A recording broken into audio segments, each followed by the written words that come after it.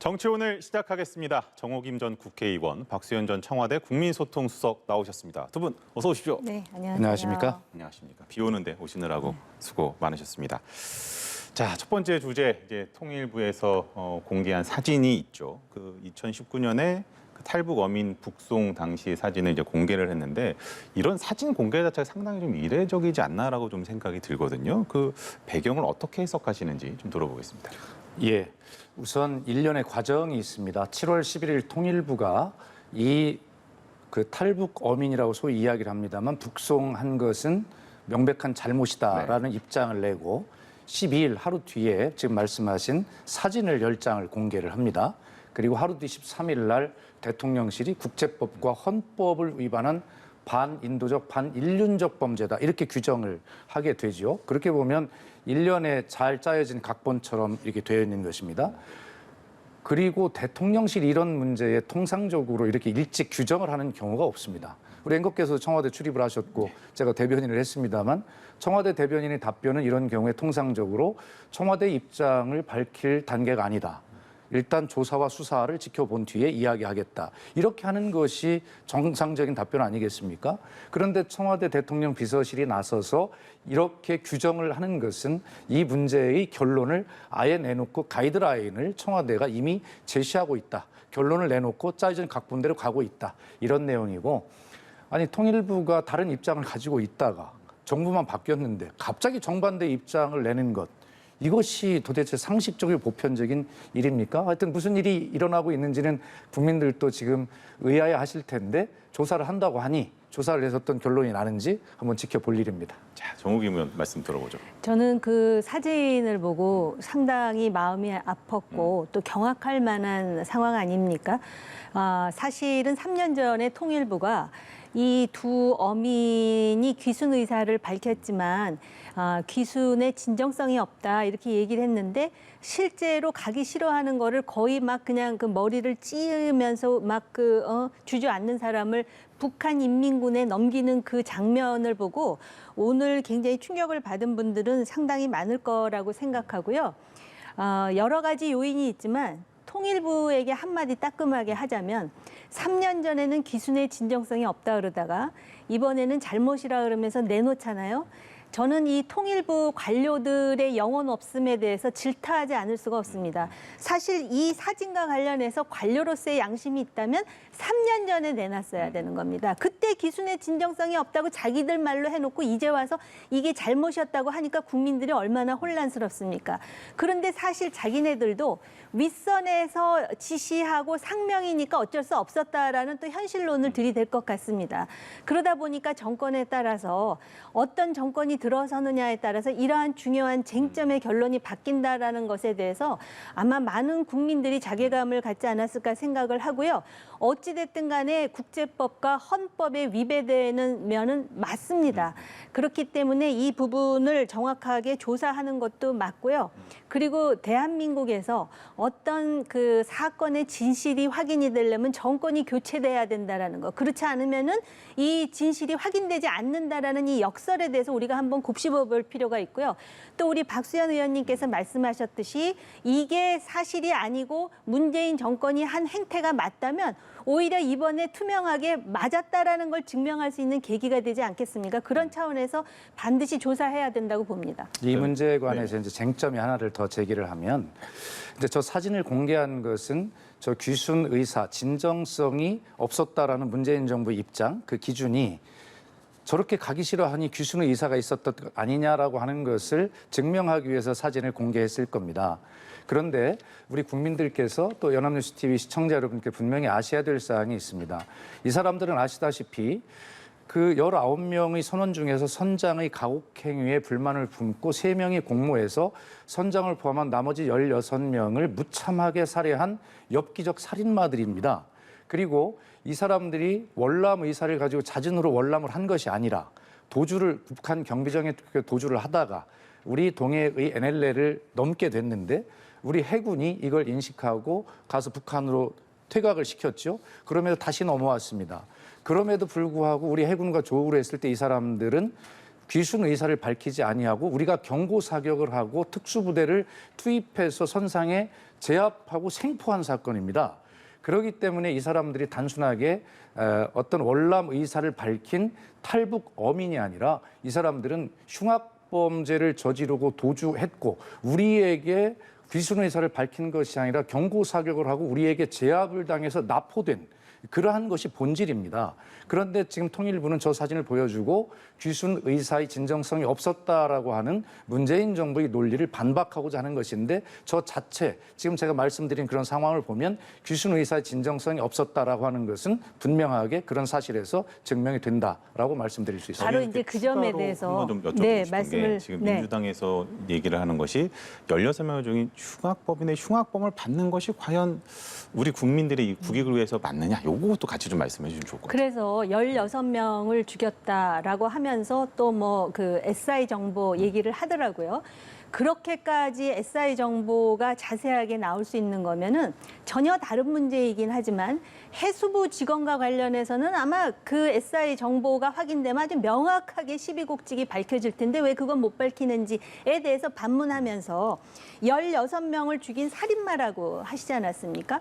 그러면은 그 살인마에 대해서 여기서 조사를 하려면 적어도 5일 이상은 걸려야 되는 것이고 그런 흉악범들을 보내면서 왜 그걸 쉬쉬했는지 이상하지 않습니까? 흉악범을 보내면서 사실은 국민에게 알리지 않으려고 그랬는데 JSA 중령이 청와대 안보실 차장이 국회에 앉아있는데 거기다 메시지를 보낸 것을 카메라 기자가 들이대서 그게 확인된 겁니다. 그러자 흉악범이다 그러면서 얘기를 하는데 흉악범이라는 사실에 대해서 왜 그러면 적극적으로 설명하지 않았느냐. 그리고 또 한 가지는 그 와중에 사실은 그 한 아세안 특별 정상회담이 있었지 않습니까? 근데 북한에서 송환 요구를 하지도 않은데 굳이 기어이 보내주면서 또 초청장까지 발급하니까 오비 일학이라고 그거에 대해서 합리적인 의심을 하는 거는 지극히 자연스러운 일이라고 생각하고 흉악범 얘기하셨잖아요.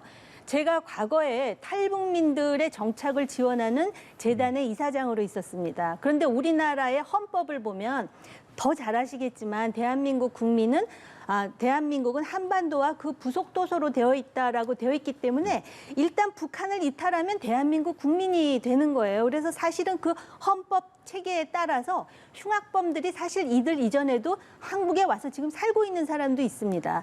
단지 북한 이탈 주민에 대한 그 정착에 대한 지원법에 의해서 보호를 못 받을 뿐이지 일단 받아들여요. 우리가 몰라서 그렇지 살고 있다고요. 이게 대한민국 헌법과 법률 체계가 그렇습니다. 국제법은 어떠냐면은 적어도 상대국가 범죄인 인도 조약이 되어 있으면은 추방할 수 있고 보낼 수 있는데 북한하고 우리는 범죄인 인도 조약도 되어 있지 않을 뿐만 아니라 특수관계 아닙니까?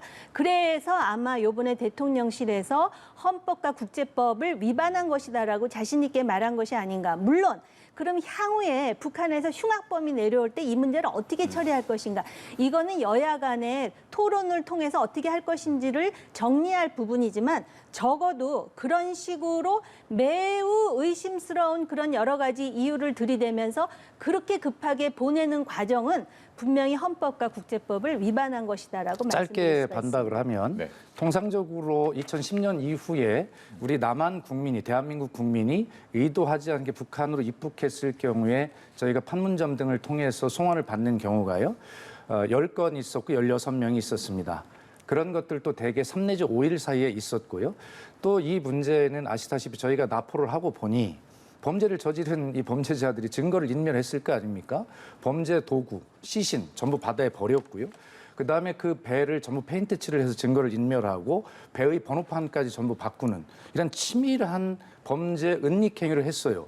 그러면 대한민국은 법치 국가입니다. 무죄 추정의 원칙, 지금 정옥 의원님 말씀하신 대로 헌법에 의해서 그렇게 보호를 하면서 우리 대한민국 법정에 세워서 이 사람들에게 그러면 증거와 이 사람들이 진술밖에 없는 상황에서 처벌이 가능한가? 처벌이 가능하지 않다라고 하는 그런 상황들이 분명히 합의가 있었고 그래서 이 사람들을 그러면 대한민국 법정에서 처벌하지 못하고 선량한 대한민국 국민들 사이에 이 흉악범들을 풀어놨을 때 우리 대한민국 국민을 보호하는 책임은 누가 져야 되는가? 그리고 이 사안에 대해서 그 당시 지금 국민의힘에서도 입장을 발표했어요. 그런 어떤 흉악범이 처벌받지 아니하고 귀순자로 처리되어서 대한민국 국민 속에 버젓이 돌아다니는 이 끔찍한 상황을 상상할 수 없다라고 그렇게 정부에서 보고받은 국민의힘에서 그렇게 이야기를 했습니다. 그런데 정부가 바뀌었는데 지금 오늘 저도 KTX 타고 올라오다 보니까 기준금리가 0.5%포인트 빅스텝으로 처음 올랐다고 하지 않습니까? 네. 국민은 고물가, 고금리 뭐 이런 것들에 고통을 받고 있는데 정부가 이런 국민의 민생은 이야기하지 않고 왜 뜬금없이 이런 것들을 가지고 이야기하는지 국민들께서는 이미 이것의 목적을 알고 계시다고 생각을 하고요. 그러나 이것이 주먹구구식으로 어떤 한 것이 아니라 그 당시에는 목선 사건 이후에 이러한 대응 매뉴얼이 만들어져서 청와대 국가안보실이 국정원, 국방부 모든 부처와 함께 매뉴얼에 따라서 대응하도록 매뉴얼이 마련이 돼 있고 정옥 의원님 말씀하시는 그런 모든 법률 검토를 거기에서 완전히 거친 뒤에 전혀 무리가 없었다는 그런 결론에 따라서 한 것이라는 말씀을 드립니다. 지금 우리나라에 북한에서 범죄를 저지른 사람들이 내려오면은 달리 어떻게 그 재판을 한다거나 그런 그 판례가 없다 그랬는데 2014년에 판례가 나와 있고요. 그 다음에 북한의 소위 이제 범죄자라는 건 지금 정부의 주장이고 실제로 조사는 5일밖에 안 했고 16명을 죽였다고 하는데 실제로 지금 그 과정이 석연치가 않기 때문에 지금 한쪽에서는 의문을 제기하는 거 아닙니까? 그런데 증거 인멸을 했다고 주장하시는데 범인들이 그 당시 정부가 범인들을 보내면서 배를 보낼 때 또 소독을 싹 해가지고 보냈기 때문에 오히려 그렇게 억울하시면은 차라리 이 정권에 의해서 한번 조사를 받아보시는 게 깨끗하게 털고 가는데 도움이 되지 않을까 이런 생각이 들고요. 아까도 말씀드렸듯이 지금 남북 관계에서 이 흉악범 문제 있잖아요. 이거는 어떤 식으로든 여야가 논의를 해서 이 문제를 어떻게 해야 될지에 대해서 정리가 필요하지만은 그 당시만 하더라도 그런 식으로 처리하는 거는 그래서 사실은 국제 여론도 굉장히 비등했었어요. 비판했고 문재인 정부를. 그래서 그 부분과 관련해 가지고서는 실제로 지금 과거 문재인 정부 인사들이 특별히 할 얘기가 없을 거라고 생각하고 한 가지 더 얘기를 하자면 네. 흉악범 얘기를 했는데 그 원양어선 페스카마 얘기를 많이 하잖아요. 그때 한국인 선장을 포함해서 인도네시아 선원이 중국 조선족에 의해서 끔찍하게 살해되는데 그거를 인권 변호사인 문재인 당시 변호사가 아무도 변론을 맡지 않으려고 하는 거를 변론하면서 그들도 인간이고 재판받을 권리가 있다 하지 않았습니까? 그렇기 때문에 이것을 정치적으로 자기가 어떤 진영에 있는가에 따라서 얘기를 그런 식으로 그 진영에 맞춰서 할 게 아니라 그래서 저도 그렇게 말씀드리는 거예요. 흉악범과 관련해서는 향후에 이게 남북 관계에 있어서 또 향후에 통일을 바라보는 입장에서 분명히 이거는 정리되어야 될 사안이지만은 실제로 당시에 적용되어야 될 대한민국 법, 헌법 그리고 국제법의 기준으로 볼 때 분명히 문재인 정권은 문제가 있었다라고 생각할 수 있습니다. 조금 더 진척을 시켜보면은 아까 뭐 이제 그 연이어서 나온 것에서 두 분 다 공히 말씀하신 게 진상이 밝혀져야 된다라는 데는 동의를 하셨는데 오늘 검찰이 두 사건과 관련해서 서해 그 공무원 피격 사건 그리고 이번 그 탈북 어민 북송과 관련해서 국정원을 압수수색을 했습니다. 좀 속도가 빠르다고 봐야 될까요? 속도가 빨라서 너무 빠르죠. 아까 말씀드렸듯이 새 정부가 새로운 희망과 방향을 제시하고 민생의 어려움을 극복하는 데 전력할 이 시기에 정말 이러한 좀 철진한 것 같은 어디선가 한 20, 30년 전에 많이 본 것 같은 이런 기시감이 드는 이런 일을 하는 것을 국민께서 납득을 하실까? 좀 의아하지요. 그러면서 지금 말씀하신 대로 무엇인가 작정한 듯이 아주 잘 짜여진 것처럼 움직이는 것처럼 보입니다. 그러나 결론은 저는 잘 짜여진 각본이 아니라 아주 허술하게 짜여진 각본으로 드러날 것이다. 그리고 이것이 정치 보복으로 드러날 것이라고 저는 분명히 확신을 합니다. 문재인 정부는 보복하지 않았냐, 민주당 정부는 대통령께 직접 그렇게 말씀하셨는데요. 예, 저희도 부족한 점이 있었겠지요. 그러나 문재인 정부는 촛불 광장에서 국정농단으로 무너진 대한민국의 민주주의를 회복하라고 하는 개혁을 요구받는 정부였습니다. 그렇기 때문에 국정 전반에 퍼져 있었던 국정농단을 찾아내고 그것을 바로 잡는 일을 할 수밖에 없는 정부였지 이렇게 어떤 특정한 사건이나 특정 사안, 특정한 사람을 목표로 두고 이렇게 뜬금없이 이렇게 한 적이 없습니다. 그렇기 때문에 이것을 정치 보복, 또 지지율이 한참 떨어지는 와중에 이런 사정정국을 드라이브를 걸음으로써 이런 지지율 어떤 하락의 전국을 돌파하려고 하는 아니냐라고 하는 그런 의심을 받고 있는 것입니다. 그러나 우리 정호김 의원님 말씀대로 뭐 저희들은 어떤 그런 것들에 대해서 정확한 원칙과 매뉴얼에 따라서 한 것이기 때문에 뭐 의심이 나면 조사를 해봅시다라고 그런 입장을 가지고 있는데 너무 이렇게 사정 드라이브로 의심을 받을 일을 하게 되면 결과적으로 윤석열 대통령님께서 그리고 이 정부가 하고자 하는 미래 일에 대해서 스스로 제동이 걸릴 것이다라고 하는 걱정도 함께 전합니다. 더해서 여쭤보면은 수사 대상이 확대될 수 있다라는 관측이 나오거든요. 어디까지 향할 거라고 하는 것까지 좀 말씀해 주시죠. 제가 볼 때는 그럼 최종적으로 누가 추인을 했으며 정책 결정을 했느냐 나오겠죠.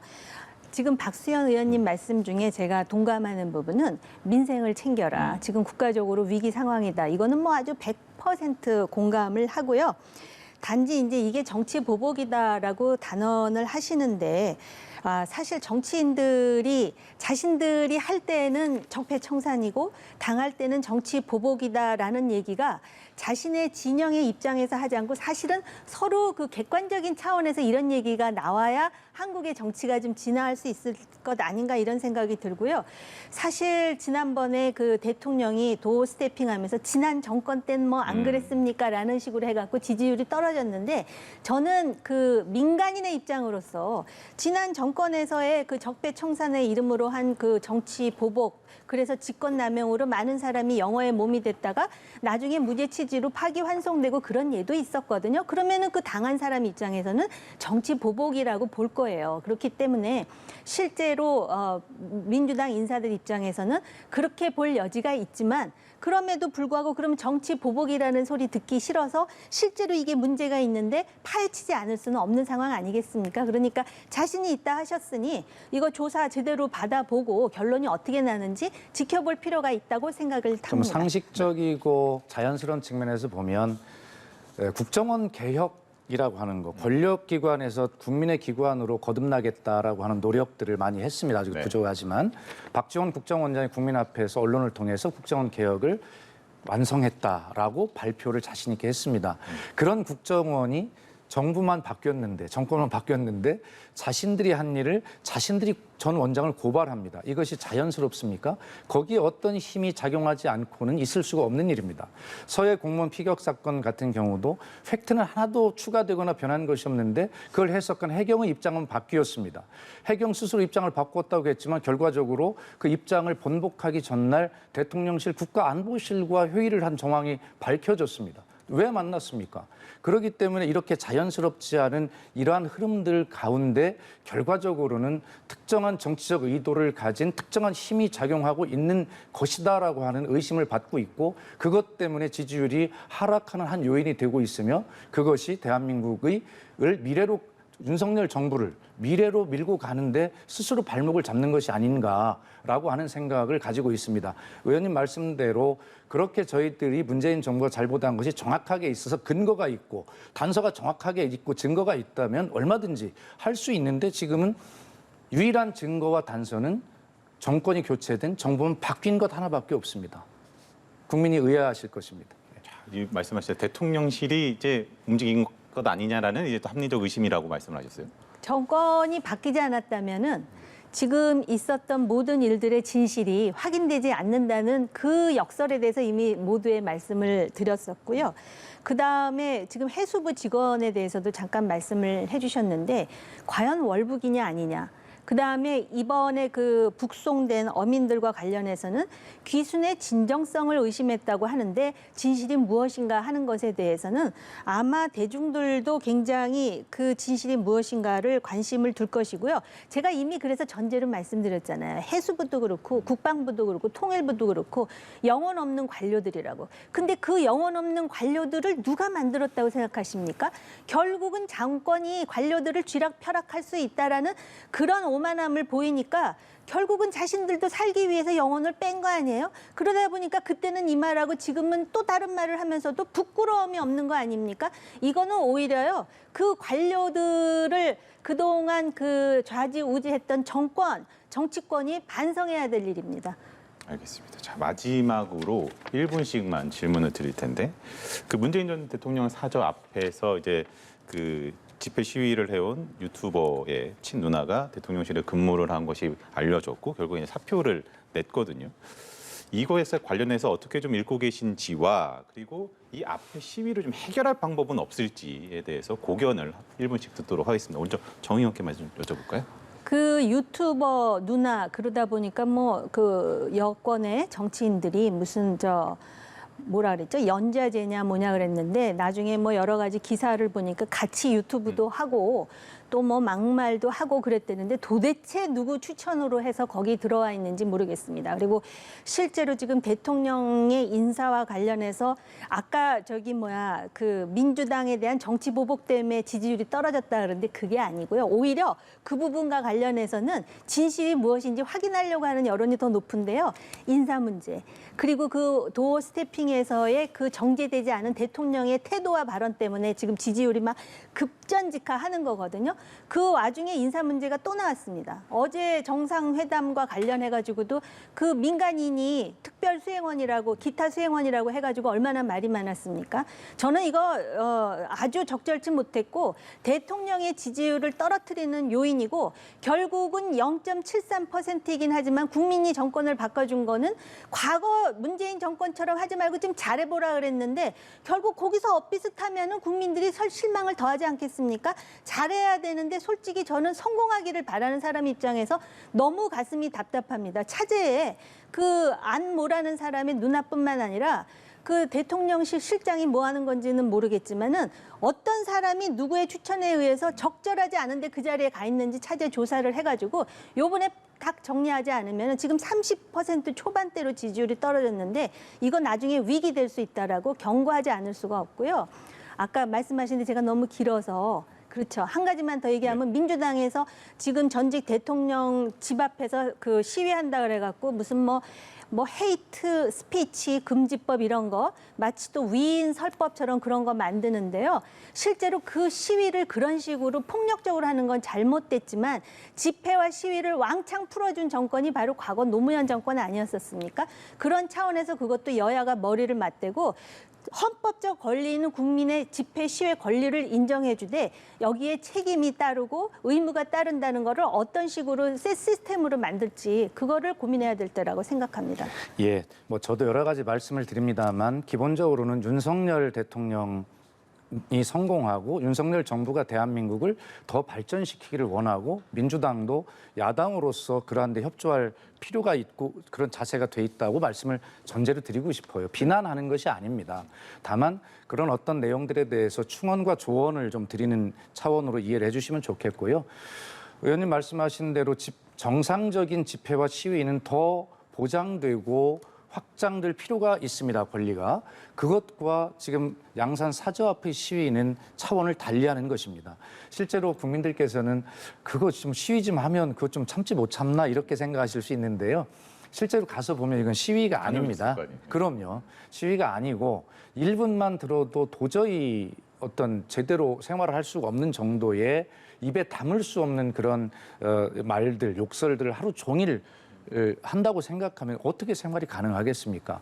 양산 사저 주변에 사시는 그 주민들께 우선 저는 죄송스러워서 못 쳐다뵙겠더라고요. 당장 문재인 대통령님과 가족들보다도 주민들께 더 미안하고요. 그래서 이 문제는 의원님 말씀대로 잘하셨는데 이런 것들을 종합적으로 해결하기 위한 사회적 합의들이 반드시 필요합니다. 뭐 이런 부분들에 대해서 좀 지혜롭게 이렇게 좀 해나가는 그런 분위기 또 대통령께서도 뭐 법대로 하면 되지요라고 하는 말씀보다는 정말 안타까운 일입니다 이렇게 공감을 표하면서 좋은 방향으로 이끌고 가시는 말씀으로 이러한 대한민국의 상처들 분열들 양극화들을 이렇게 좀 좁혀가려는 그런 노력들을 대통령께서 현실적 법적의 실효적 수단은 그렇게 많지 않겠으나 그런 제도 개선을 포함해서 국민들이 마음부터도 이렇게 좀 헤아려 가는 그러면서 합의로 나아가는 그러한 지도력들을 우리가 함께 좀 논의하고 보여줄 때가 아닌가 이런 생각을 갖습니다. 알겠습니다. 두 분께서 뭐 원구성 협상으로 좀 여야가 평행선을 달리고 있는 국회에 또다시 숙제 하나를 던져주신 것 같습니다. 오늘 말씀 여기까지 듣도록 하겠습니다. 수고하셨습니다.